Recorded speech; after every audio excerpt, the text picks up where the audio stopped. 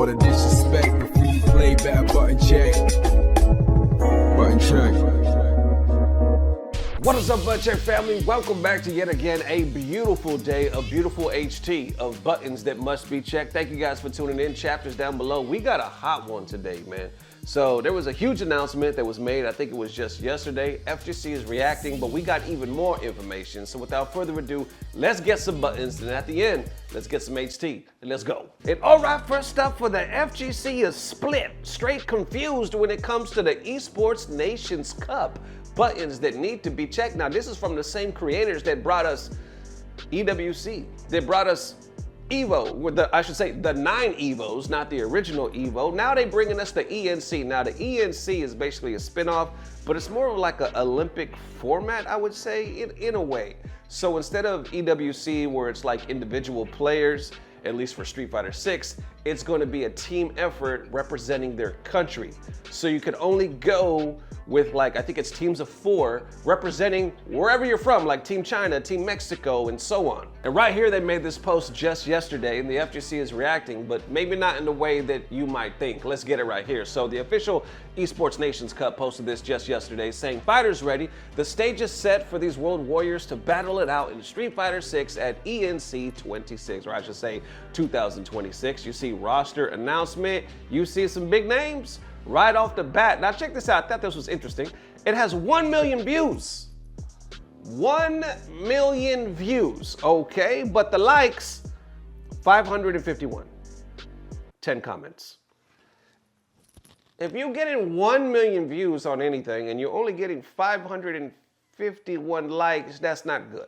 That's not some good ratios. But, you know, it's Twitter.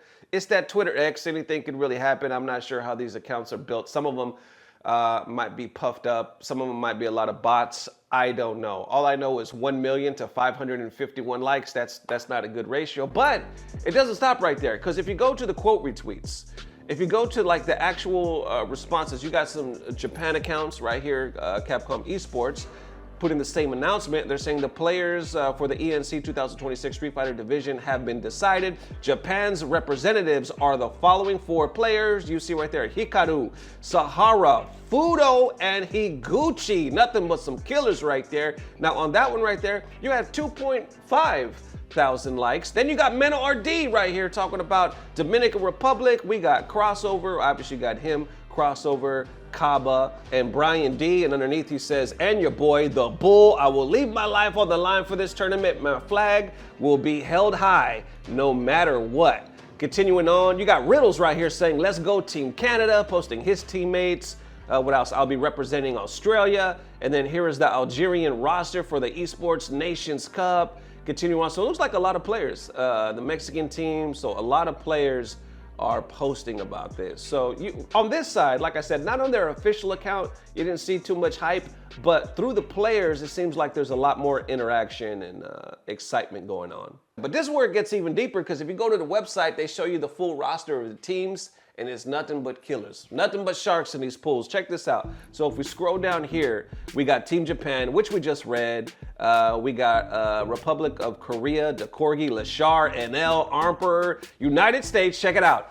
Jack, Punk, Dual Kevin, and No the Prodigy. What? So first of all, Jack and Dual Kevin, they were just battling it out in World Warrior yesterday in the episode of Button Check. I showed the highlights to that. It looks like Punk, I'm not sure if he's going to be the team captain. I don't know if they have team captains, but obviously we got Just a Kid, Punk, Dual Kevin, and Noah the Prodigy. And it's interesting because I believe this is the first time ever that Noah the Prodigy and Punk have actually been on the same team. You know, they had some beef back in the day. I believe they squashed it since. Noah the Prodigy, some would say he's been on a recent slump. But if you look at the brackets, like if you look at the final results of a lot of these big tournaments, he's right there. He might not be top 8, but he is literally right there, like 8 or 9. So I wouldn't necessarily consider that a slump. And the fact that him and Punk are gonna be on an actual team, that's exciting. So anyway, continuing on, we got, is that Xiao Zai, Xiao Hai, VX Bao, Zen, and then you got Dominican Republic, which we just read, Brian D, MenaRD crossover in Kaba. Ooh, check this out, Chile, Blas and Kraime. The 2 young guns on the team. For the longest time, it seemed like Blas was outshining Kraime. Both of them young as hell. Young as hell, if I could talk. And then recently, once again, people were considering that Blas has been in a slump. You know, he was coming out damn near winning everything. And then I would say like the majority of this year, we haven't heard too much. He's kind of been in the shadows. But once again, he's been another one where he might not have been like top 8 or taking everything home, but he's still getting decent rankings. So I wonder what's going on. Maybe character crisis, maybe just adapting, maybe some personal stuff. I don't know. But once again, he's hella young and he's hella dominant. But then Kanaime comes through, has his shine. Just this last Evo in Vegas, he got top 8. So anyway, I love to see it. We got the 2 young guns on the team. Underneath that, we got Team France, Mr. Crimson and Killju, Kusanagi, China. You see the, what's that, Mickey, Chris Wong, Rain Pro, Great Britain, Ending Walker, who else, Problem X, and then it continues on, Oil King, Hope. Now, let's go to page 2. Let's wrap this up right here. Canada, you see Riddles, Norway, Phenom, what else? Mexico, Lugago, if I'm saying that correctly. Kusanagi, which I believe is a different Kusanagi from Mexico, and Lugabo was the young gun that represented in this last Cap Cup. I think he's only like 16, maybe even 15. Young gun and good as hell. So either way, continuing on, you got Panama, Venezuela. You got the Netherlands right here. You got Sweden, Juicy Joe, Algeria, Bangladesh. Shout out to C Unique. And the last page right here, Singapore, Bravery, Sien, and then Australia, Travis Styles, and then Saudi Arabia, Latif. Now, obviously, there's some other heavy hitters there, but these are the bigger names that people are familiar with. So it seems like it's a wrap. It's a team format, and they're playing for $880,000. However, with that being said, this is the breakdown of everything, so check this out. They're playing, I believe, for $880,000. It's going down, I believe, in November. November 18th through the 22nd of this year in Riyadh, Saudi Arabia, 24 national teams. It is a 4v4 team battle format. Each team consists of a 1v1 set. If the score is tied 2-2, a sudden death tiebreaker decides the winner. Grand finals expands to the best of 8 format and the event format group stage for November 18th through the 20th. 24 teams split into 4 groups of 6. Round robin play. Top 4 teams from each group advances. The playoffs is from the 21st through the 22nd. Top 16 teams single elimination bracket. Grand finals is on November 22nd. However, once again, they're playing for that $880,000, which is not obviously the $1 million for Cap Cup for first place. And it's not the $1 million at EWC that split up. That one's actually split up a lot better than Cap Cup. It is $880,000 for a team of 4. But, I mean, it's nothing shabby. Like, that's actually pretty good in the scheme of things, especially compared to Street Fighter League. Street Fighter League, what is that? And that was just recently increased. And now you got 880,000 split 4 ways. So at the end of the day, I'm sure people are pretty happy with that. But if we go deeper, at this point, we actually don't know what the split is. We just know that's the total prize pot. So we don't know what first, second, and third. We don't know any of that yet. So we basically got to wait. But also what's interesting is Tekken is not there. They're not doing an Esports Nations Cup for Tekken, which is kind of wild. Because if you look at the previous, like the way they did it in the past, Saudi Arabia previously hosted a Tekken Nations Cup during Gamers 8 era back in Tekken 7. But the event is separate from the new Esports Nations Cup and has not returned in Tekken 8 form. But they are having Fatal Fury at Esports Nations Cup. So they're not having Tekken 8, which is obviously the second biggest game right now, but they are having Fatal Fury. And let's be real, we all know why. Right? Because they own, that is their game, so they're giving it shine. But it's not gonna be $880,000 and it's not gonna be a team format. It's gonna be $250,000 for individuals. I guess maybe they're not doing a team format because maybe it's a smaller player base, maybe smaller payout. But either way, it's gonna be, I believe, 32 players battling it out, and it's gonna be the week before the Street Fighter League, or I should say the Esports Nations Cup for Street Fighter.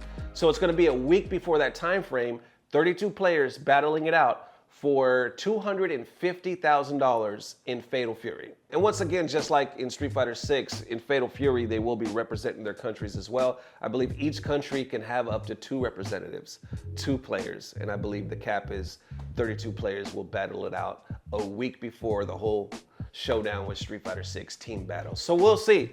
I thought it was very interesting. This whole thing is interesting, is it not? Whether you're down for it or you're against it, like me and Dirty Low were talking about in Frame Trapped. That link is down below if you guys are interested. It is moving forward. You do hear some loud voices on social media saying they're not down with it. You see the majority of the FGC, and I wouldn't say like the majority in the sense of like all of us, like casuals and whatnot. I'm talking about like the TOs, the pro players, the people organizing everything. The majority of them obviously are going forward with everything that's going on. And like I keep saying, sounding like a broken record, there are a lot of people that see this as a blessing. It's just very interesting to see like this is actually happening. And I was curious though, because I was like, they already have EWC. Why even do an ENC? Why do an Esports Nations Cup? It almost seemed like they did want it to have like Olympics type feel so they can get countries involved. What I'm getting right now is, you know, that whole locals feel, right? Once again, if we're playing conspiracy right now, when that came out and a lot of people said, hey, this is a good thing, and I presented it to y'all and I said, here are the pluses and here are the negatives and here's why people see it as a blessing and some see it as a curse. I think this can go the same way. If people are really looking at this like that, you could say, well, the only reason why they're doing this is to get more of a broader reach, and now they're getting certain countries on board. Rather than certain locals on board, now they're going out and say, okay, we have the EWC pretty much on lock, but now let's go a step further and let's get some countries on lock as far as like, hey, let's start some good relations with these countries, let's get them excited, and let's get them active in what we're already doing. My bad, y'all. I forgot to put this part in the video, but another reason why they could be doing this is because they want their own version of Street Fighter League. They already have their own version of Cap Cup. Now they have basically their own version of Street Fighter League. It's not going to be as long and drawn out as Street Fighter League, but it's essentially the same thing. Now we're talking about the Esports Nations Cup, putting a lot of weight on that. And the very important thing is they're paying out more than the Street Fighter League. Now, on that other side, if we're talking like business, and obviously look at these names.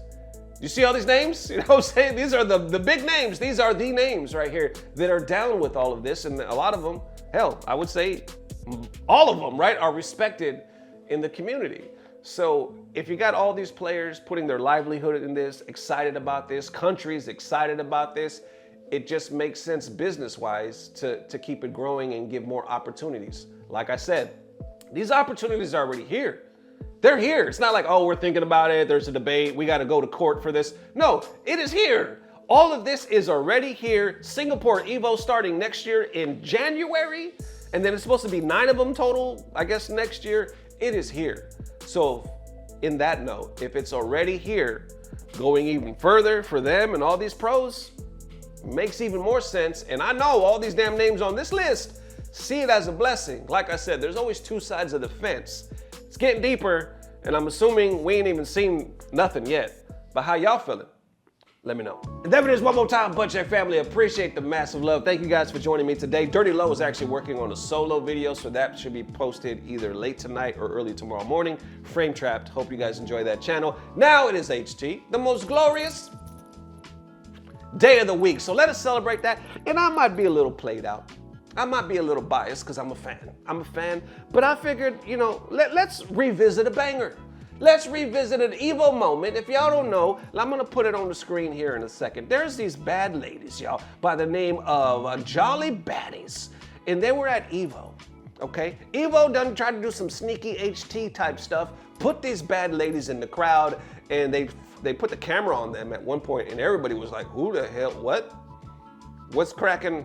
Like, who are they? What is this? What? And then your boy had to do some research for research purposes, you know, strictly for research, strictly for education, right? And I find out it was a bunch of a cosplay team put together almost. I guess they all know each other, and I believe they're all Filipino. I believe so. I believe it was like in celebration of the whole Yasmin and stuff like that. I could be wrong, but they're called the Jolly Baddies. I'm gonna put them on the screen. Ready? Bam! Okay, what did I tell you? What did I tell you? And I'm just gonna let it replay. I'm just gonna, they put that, the poison was the one that they focused on that one shot and everybody was like, what the hell, who is she? What is cracking? Then you got the Chun, the Cammy. I mean, it continues on like, I mean, that Cammy's something. Listen, what Belle Biv DeVoe say? Never trust a big butt and a smile. That girl is poison, that girl is poison. No, literally, she's poison. Look at her, she dresses poison. What I'm trying to say is, damn. The Jolly Baddies, y'all are welcome. If you didn't get the memo from the last video I showed on HT, what was it, like a week ago or something like that? You got it now, link down below, there you go. So there is one more time, Butt Check fam, appreciate the massive love. I will see you more than likely tomorrow. I gotta give you guys a little quick heads up. I have some sponsors I'm working on, but that's really not what I was trying to say. I have my anniversary coming up, y'all. 14 years. 13 years? How long we been together? 13?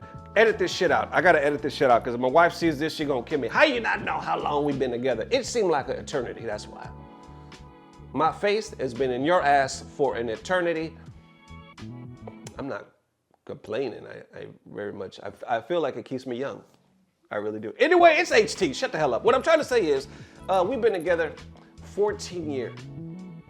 14-year anniversary. This is hands down the longest relationship I've ever had in my life. And I'm blessed because there was a moment when I was younger that I felt, all throughout my 20s, that I felt like I was cursed. I felt like I would meet somebody and it would only last for 6 months. That was the magic number for me. I don't know why. Either I would stop being interested in them or they would stop being interested in me and it would last 6 months, it would be over. And then I met her, check this out. We dated twice. The first time we dated, 6 months. 6 months, it was over, me and my wife, right? And then 4 years later, we met again. Funny how life works, right? We met again, just cross paths again, and now we've been together for 14 years. The curse has been lifted. You know what I'm saying? So either way, this has been the most beautiful experience of my life, is being able to have a family with my best friend. Nah, I'm not trying to get mushy-gushy, and I wasn't even planning on saying this part. What I was planning on saying is, y'all, we're doing a getaway coming up on Wednesday through Friday. So if you see videos, it's because I was able to get ahead of time and post, like schedule them in advance. If you don't see videos, that's because your boy's being youthful. I'm being youthful. I'm being youthful. Y'all don't need to know that. As always, I don't know what it is, but I know somehow, some way, it's about to get better. Love y'all forever. Peace. Blah, blah, blah. Subscribe.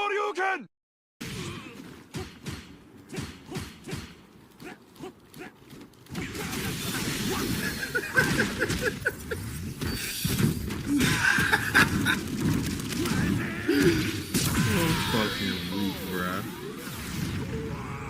That's footsies, no?